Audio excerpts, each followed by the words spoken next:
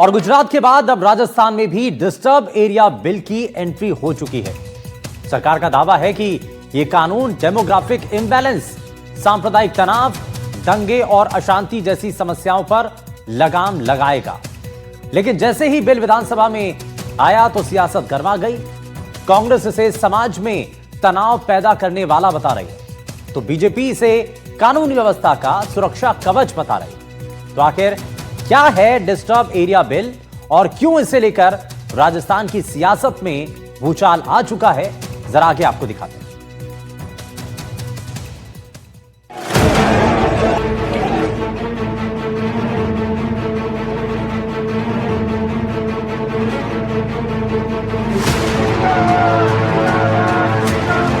Cabinet से disturb area bill को मंजूरी।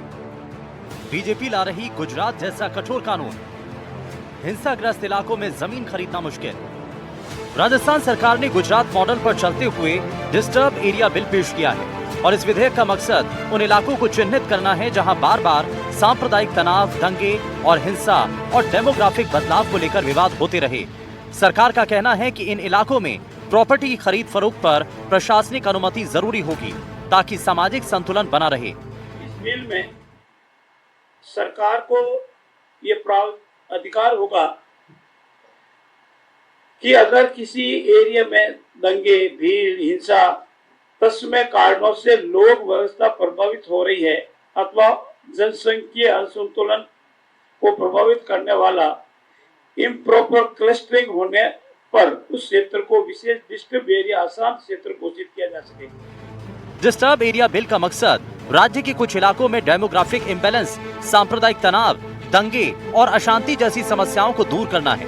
इस बिल के तहत राज्य के कुछ इलाकों को अशांत घोषित किया जाएगा। काफी समय से राजस्थान में ये महसूस किया जा रहा था कि हमारा राजस्थान जो शांति प्रिय प्रदेश है, शांति व्यवस्था कायम रहे, कोई भी एरिया डिस्टर्ब नहीं हो, समुदाय विशेष का असंतुलन, जनसंख्या का असंतुलन नहीं हो या उनको खाली करने के लिए मजबूर किया जाए या ऐसा न्यूसेंस किया जाए। इसीलिए सभी धर्मों को, सभी समुदायों को, सभी आमजन को ध्यान में रखते हुए, क्योंकि हम वो सब हमारे हैं, ये बिल लाए गए। अब हम आपको ग्राफिक्स के जरिए बताते हैं कि आखिर क्या है डिस्टर्ब एरिया एक्ट। तो जरा आप ये समझिए कि आखिर ये सब कुछ है क्या। दरअसल कोई इलाका जहां पर सांप्रदायिक हिंसा होती है और उस सांप्रदायिक हिंसा के बाद अशांत क्षेत्रों के अंदर इस एक्ट को लागू किया जाता है। संपत्ति की खरीद फरोख्त और हस्तांतरण को यहां पर नियंत्रित करता है ये एक्ट, और इसके जरिए जो धार्मिक आधार पर कम दाम पर प्रॉपर्टी बेचने से लोग नुकसान झेलते हैं, उसको यहां पर रोकने की कोशिश है इस एक्ट के जरिए। और प्रभावित इलाकों के अंदर ध्रुवीकरण को इसके जरिए रोका जा सके, इसके लिए जिला कलेक्टर की अनुमति इसमें जरूरी होती है। और अगर वहां से जिला कलेक्टर उनको यह समझ में आता है कि वाकई में यह जेन्युइन परेशानी है और किसी तरीके का कोई दबाव नहीं है, तो उसके बाद उसको मंजूरी मिलती है। फिलहाल डिस्टर्ब एरिया एक्ट गुजरात के अंदर लागू है। राजस्थान में भी इस एक्ट को लागू करने का प्रस्ताव है और इलाके का डेमोग्राफिक इम्बैलेंस बिगड़ने से रोकना इसके पीछे का मकसद है सरकार का। अशांत क्षेत्र पर जमीन बेचने खरीदने पर कलेक्टर की अनुमति लेना जरूरी होगा और अनुमति के लिए विक्रेता को कुछ प्रमाण देने होते हैं। वो स्वेच्छा से और सही कीमत पर संपत्ति बेच रहा है, ये उसको बताना पड़ेगा। और कानून का उल्लंघन करने पर इसमें जुर्माना भी है और साथ ही कैद का प्रावधान भी इसमें दिया गया। बीजेपी सरकार का दावा है कि यह बिल किसी समुदाय के खिलाफ नहीं, बल्कि शांति और सौहार्द बनाए रखने के लिए है। सरकार के मुताबिक कई संवेदनशील इलाकों में जमीन के सौदों के जरिए तनाव बढ़ाया गया, जिससे दंगे भड़के और कानून व्यवस्था बिगड़ी।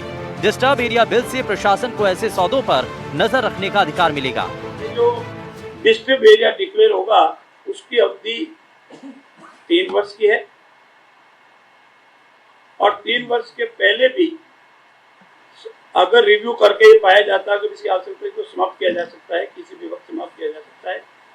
और अगर ये सामान्यतः माना जाता है कि इस अवधि को बढ़ाने की आवश्यकता होगी तो पुनः पूरी जांच होने के बाद इस अवधि को बढ़ाने के संबंध में निर्णय लिया जा सकता है। पर अभी तक मैक्सिमम लिमिट है वो 3 वर्ष की। कांग्रेस इस बिल को लेकर सरकार पर हमलावर है।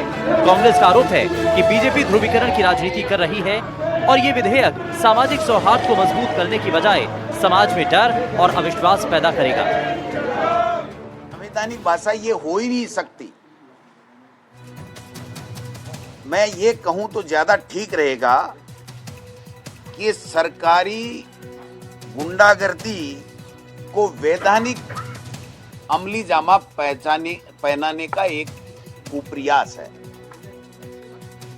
मैं समझता हूं कि कैसे आप अशांत क्षेत्र तय कर दोगे, कैसे जनसंख्या के बारे में आप तय कर दोगे, कौन से संविधान में ये बात लिखी हुई है।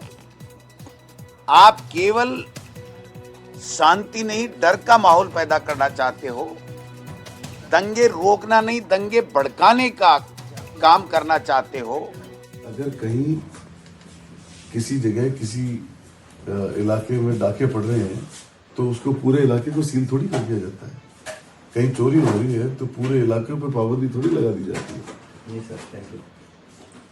जब हम समाज में रहेंगे तो सब तरह की बातें समाज में होती है, हमें मजबूती के साथ फेस करना चाहिए और उनका सॉल्यूशन करना चाहिए। जो भी दोषी हो उसको सजा देनी चाहिए, वो किसी भी समुदाय का हो। उसमें किस बात का डर है?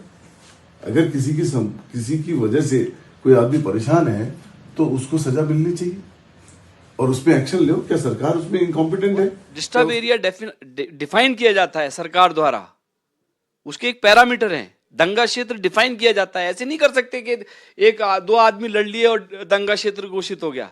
विधानसभा में कई बिल सरकार ने वापस लिए हैं और मैं कह रहा हूं आने दो सदन में। अभी तो एक्ट बनेगा, संविधान की किताब उठा के एक्ट बनाना पड़ेगा इनको। बात करेंगे, डिबेट करेंगे, कैसे पास करा लेंगे ये। आप एक कह रहे हो कि हम ये एक्ट लाएंगे और उस किराएदार की सुरक्षा करेंगे जो अशांत क्षेत्र में रहता है। तो पहले ये तो बताओ, राजस्थान को अशांत क्षेत्र घोषित कर दिया है क्या बीजेपी ने? भारतीय जनता पार्टी की सरकार खुद कह रही है कि राजस्थान में अशांत क्षेत्र है राजस्थान। तो इसका मतलब कानूनी व्यवस्था चौपट हो गई, बीजेपी की सरकार फेल हो गई ना। ये मैं नहीं कह रहा, भजन लाल जी शर्मा की अध्यक्षता में जो मीटिंग हुई है कैबिनेट की, उसमें आज सरकार कैबिनेट में बिल लेकर आई है और सरकार ये कह रही है कि राजस्थान अशांत क्षेत्र है। तो अब राजस्थान की शांति खत्म होगी। 2 वर्षों में बीजेपी की सरकार मान रही है।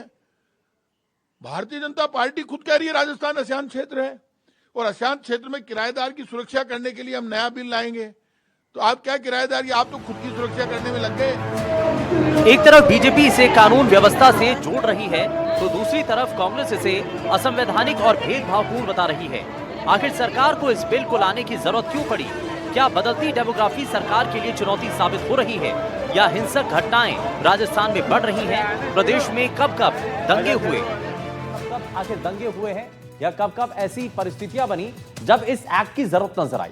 दरअसल चौमू के अंदर, जयपुर के अंदर दिसंबर 2025 का मामला, ये 2024 से लेकर 25 के बीच के ही आपको कुछ घटनाएं बताते हैं। एक मस्जिद के बाहर लोहे की रेलिंग पर विवाद हो जाता है और छोटी सी बात पर माहौल इतना बिगड़ गया कि वहां पर हिंसा होने लगी।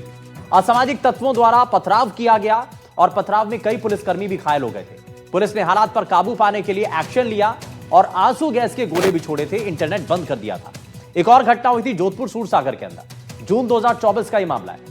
ईदगाह के पीछे गेट बनाने पर 2 समुदायों में झड़प हो गई और इस दौरान आगजनी और पथराव भी हुआ और इस झड़प में 2 पुलिसकर्मी घायल हो गए थे। एक और घटना हुई है ईसाई समुदाय पर जब हमला होता है, सितंबर 2025 का मामला है, जिसमें राजस्थान धर्म संशोधन विधेयक 2025 के बाद हिंसा हुई।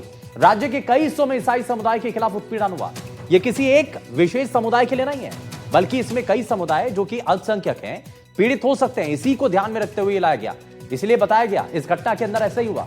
समुदाय के खिलाफ हिंसा की घटनाओं में वृद्धि दर्ज की गई थी और उसके बाद इस एक्ट की या इस बिल की जरूरत महसूस हुई।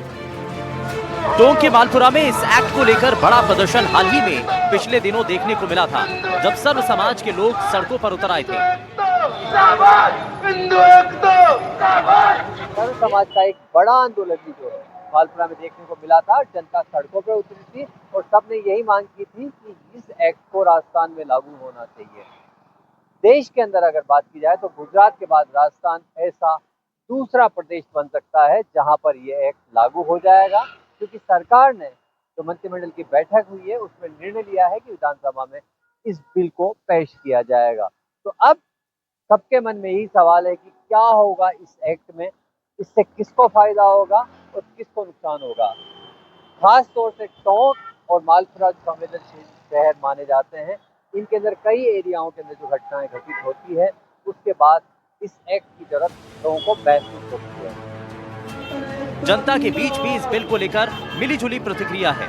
कुछ लोग इसे सुरक्षा के लिहाज से जरूरी मानते हैं, तो कुछ का कहना है कि इससे आम लोगों की प्रॉपर्टी खरीदने बेचने की आजादी प्रभावित होगी। हाथों में हिंदुओं के पलायन को रोकने और डिस्टर्ब एरिया प्रोटेक्शन एक्ट लागू करने की आवाज उठाई गई थी। 92 के दंगों के बाद से ही प्लान हो रहा है सर। किस तरह परेशान किया गया है? 92 में जिस तरह से दंगे हुए उसके बाद से प्लान हो गया, परेशान होके लोग परेशान हो गए। 2002 के बाद भी प्लान हुआ, 2002 में भी दंगा हुआ। प्लान की स्थिति लगातार बनी हुई है। प्लान की स्थिति लगातार बनी हुई है, मकान बिक रहे हैं। डिस्टर्ब एरिया एक्ट लागू कराने की मांग सरकार से की है। कुछ चाहते हैं कि हमारी कोई सुरक्षा हो, हम उसकी सुरक्षा के घेरे में रहे, हम यही चाहते हैं। टोंक के मालपुरा के मोहल्ले जहां हिंसा के बाद पलायन हुआ और मकान बिक रहे, 1992 हिंसा के बाद मालपुरा के कई मोहल्लों में लोग अब नहीं रह रहे हैं। वहीं अब किसी और ने कब्जा कर रखा है। कई इलाकों के मंदिर भी आज की तारीख में बंद पड़े हैं। हिंसा के बाद से दादाबाड़ी से भी लगभग 600 से 800 परिवारों का पलायन हुआ है। कुल मिलाकर डिस्टर्ब एरिया बिल को लेकर राजस्थान में सियासत तेज हो चुकी है। सरकार इसे शांति का कानून बता रही है, तो विपक्ष इसे तनाव की नींव। अब देखना होगा कि ये विधेयक सदन से किस रूप में पास होता है और क्या वाकई ये राजस्थान में सौहार्द कायम कर पाएगा।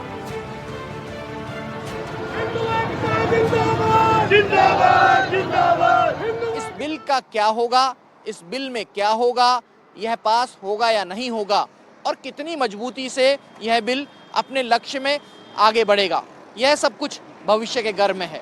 बहरहाल विश्लेषकों का ऐसा भी मानना है कि डेमोग्राफी में बदलाव को बचाने को लेकर सरकार वोट के ऊपर भी अपना ध्यान लगा रही है। कैमरा पर्सन निर्मल के साथ शशि मोहन, एनडीटीवी, जयपुर।